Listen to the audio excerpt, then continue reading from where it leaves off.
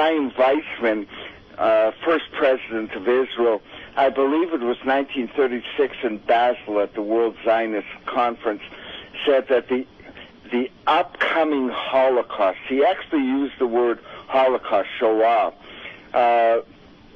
will destroy all but 2 million of the Jews of Europe, but they will be good for Israel. He knew it was coming. Now let's go back to what I just said about the foundations of labor Zionism and Israel and the collusion with the Holocaust. And let's get to the real story now. Let's talk about the transfer agreement where the labor Zionists and the Nazis came to a deal where every Jewish organization is wiped out but labor Zionism. It was from the year 1933 to 39, about 80,000 Jews, and they were in camps, in labor Zionist camps in Nazi Germany, the only Jewish organization allowed. They were trained, they were doctors, lawyers, accountants, storekeepers. They were trained to be farmers. They got on the boat and they created, well, the Israel of the kibbutzim and the cities like Haifa. They were all German Jews. Yeah, now back then, some of the Jewish community wanted to boycott Germany, something which could have helped to suppress the Nazi regime. But the leaders of the Zionist organizations, they didn't want the boycotts to go on because of this agreement.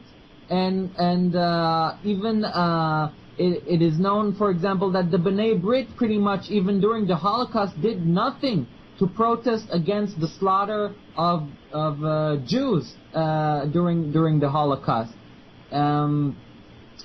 Now that's about right. That's a pretty good summation. Now I'm going to add another subject. Without Zionism, there wouldn't have been a Holocaust. True or not? I don't think you can blame only Zionism. I'm thinking you can blame. Oh, you're trying to waver out of it. I say true. You say what? You think the whole operation of the Holocaust? I say it would not have happened without Zionism. You needed help from within.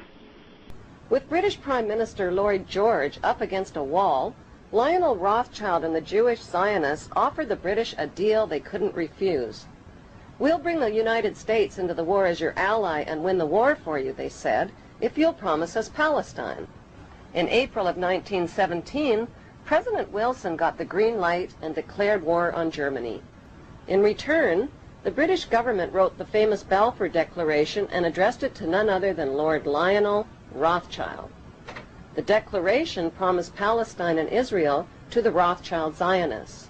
In 1817, Lord Allenby conquered the Holy Land, and the Jews were promised a national home in Palestine by the Earl of Balfour, a policy endorsed by Woodrow Wilson and by the League of Nations, which made Palestine a British mandate. According to author Simon Schama, the Rothschilds own 80% of the land of Israel. Even the flag of Israel flies the hexagram symbol from the Rothschild family's red shield. The Rothschilds bought Reuters in the 1800s. Reuters then bought the Associated Press, which selects and delivers the same news stories to the entire world, day after day. They have controlling interest in 3 major television networks and easily avoid media attention since they own it. Until recently, they owned and operated England's Royal Mint and continue to be the gold agent for the Bank of England, which they also direct.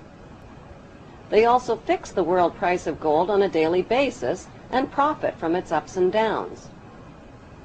Over the centuries, the Rothschilds have amassed trillions of dollars worth of gold bullion in their subterranean vaults and have cornered the world's gold supply. They own controlling interest in the world's largest oil company, Royal Dutch Shell.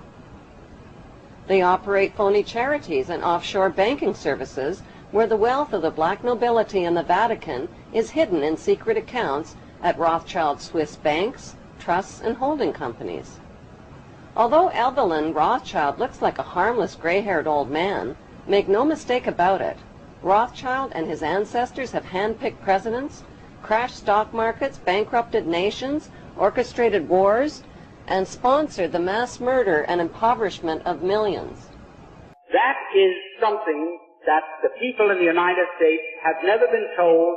They never knew why we went into World War I. The Balfour Declaration was merely Great Britain's promise to pay the Zionists what they had agreed upon as a consideration for getting the United States into the war.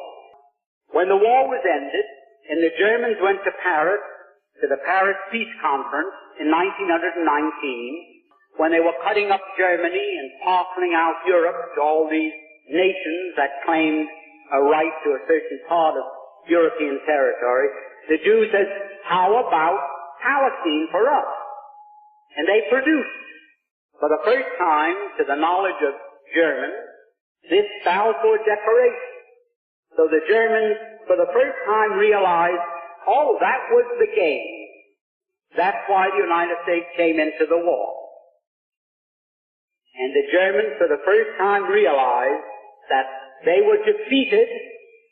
They suffered this terrific reparations that was slapped onto them because the Zionists wanted Palestine. And they were determined to get it at any cost. When the Germans realized this, they naturally resented it. Up to that time, the Jews had never been better off in any country in the world than they had been in Germany. The Jews were doing very well in Germany. No question about that. Now, the Germans felt, well, that was quite a sellout. We've been so nice to them, and from 1905 on, when the first communist revolution in Russia failed, and the Jews had to scramble out of Russia, they all went to Germany, and Germany gave them refuge, and they were treated very nicely. And here, they sold Germany down the river for no reason at all, other than they wanted Palestine as a so-called Jewish common. Live on Channel 5, this is the 10 o'clock news with Deborah Norville. Coming out revealing secret negotiation between the Nazis and the Zionists in 1933, which allowed German Jews and their assets to go to Palestine. Rich Samuels joins us tonight with the story of the controversy behind the book and the author's struggle to write it. Rich? Deborah, with the rise of Adolf Hitler to power in the spring of 1933, the Jews of the world were faced with a dilemma. They could raise a cry of protest, a cry few would heed, or they could make a deal with Hitler. A deal that would bring a step closer their dream of an independent Jewish state. American Jews marched calling for the boycott of all German exports. Jews throughout Europe echoed that call. So did Jews everywhere. But a group of Zionists at the same time was quietly negotiating an agreement with the Nazis to allow the immigration of German Jews and the transfer of their assets to Palestine. That deal, reported in August 1933, was the transfer agreement. Palestine, sparsely settled by Jews at the time, was radically changed as a result. I lived in Palestine from 1933 to 1936, and we saw every week transports of German Jews coming to settle in Palestine. German Jewish settlement of Palestine was, for a time, official Nazi policy. These photos of Jewish life in Palestine, along with a lengthy text, appeared in 1934 in the Berlin paper Der Angriff. A Nazi Visits Palestine was the title of the multi-part series. A medal was struck by Goebbels in commemoration. On one side, the swastika. On the other, the Star of David. Hitler demanded one concession for the transfer agreement, that the call for a boycott of the Reich, raised by Jews here and elsewhere, be rejected by the Zionists. The Zionists made that concession. And so, while Nazis were marching in Germany, and while Jews were marching here, diplomacy was running a more important story. In the Mediterranean, where the dream of a nation-state for Jewish people came a step closer to reality. The story in this book some will find hard to accept. We just want to let you know the New World Order has no legitimacy, and that we as a people are not afraid, and we are waking up to the robber barons and the big banksters who are looting this economy with the Federal Reserve. Well, What do you, I mean, the Rothschilds family did start the federal, they divided Europe first, took over Europe, the Napoleon. Don't exaggerate.